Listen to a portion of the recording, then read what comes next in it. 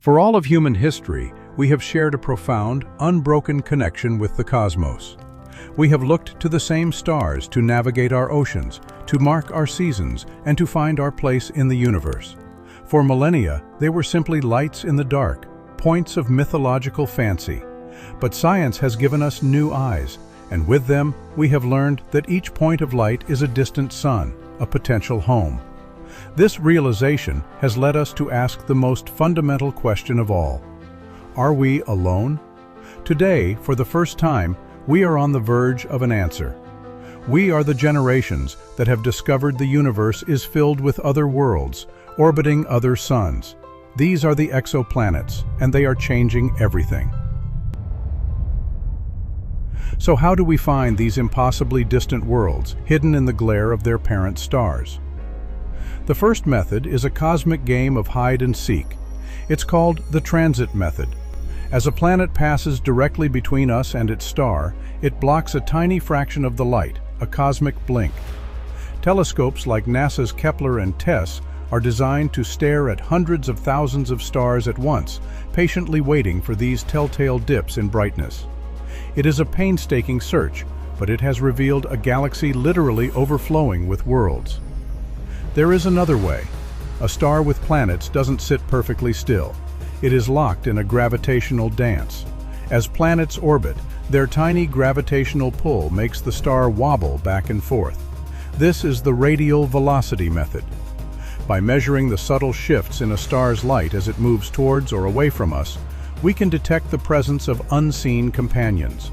It was this very method that gave us our first confirmed discovery, 51 Pegasi b, a hot Jupiter that stunned the scientific community.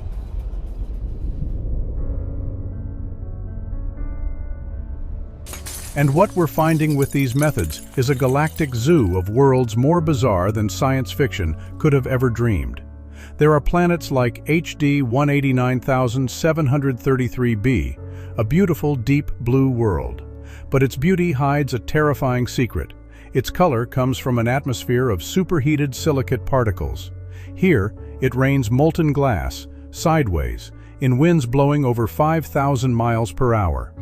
We've found worlds of unfathomable value, like the super-Earth 55 Cancri e, believed to have a surface of graphite and a vast underlying layer of solid diamond, and worlds of incredible drama. Imagine standing on Kepler 16b. You wouldn't see one sunset, but two.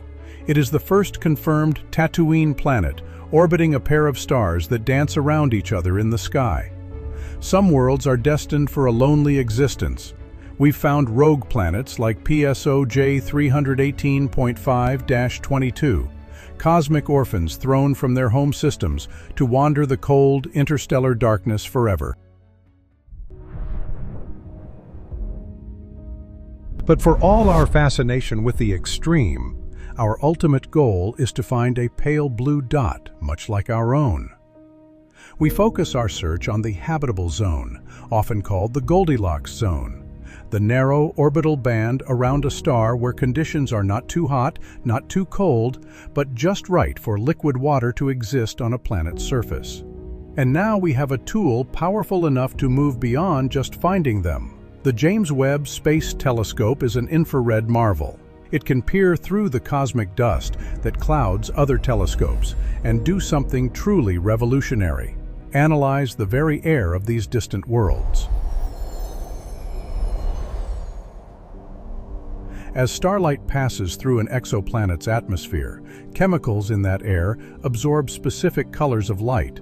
Webb can read this unique chemical fingerprint. It is searching for biosignatures, the telltale signs of life itself. Water vapor is key. Methane is intriguing. But finding a combination of gases like oxygen and methane together, that would be a transformative discovery. It would be the strongest hint yet that something on that world is breathing. We must remain open-minded. Life on another world may not look anything like life on Earth, but the laws of chemistry are universal. The building blocks are everywhere. We now estimate there are more planets than stars in our own galaxy. Take a moment to consider that. For every star you can see in the night sky, there are likely multiple worlds in orbit. That means there are conservatively trillions of planets in our universe. Trillions of new shores waiting to be explored. Trillions of new mysteries to solve.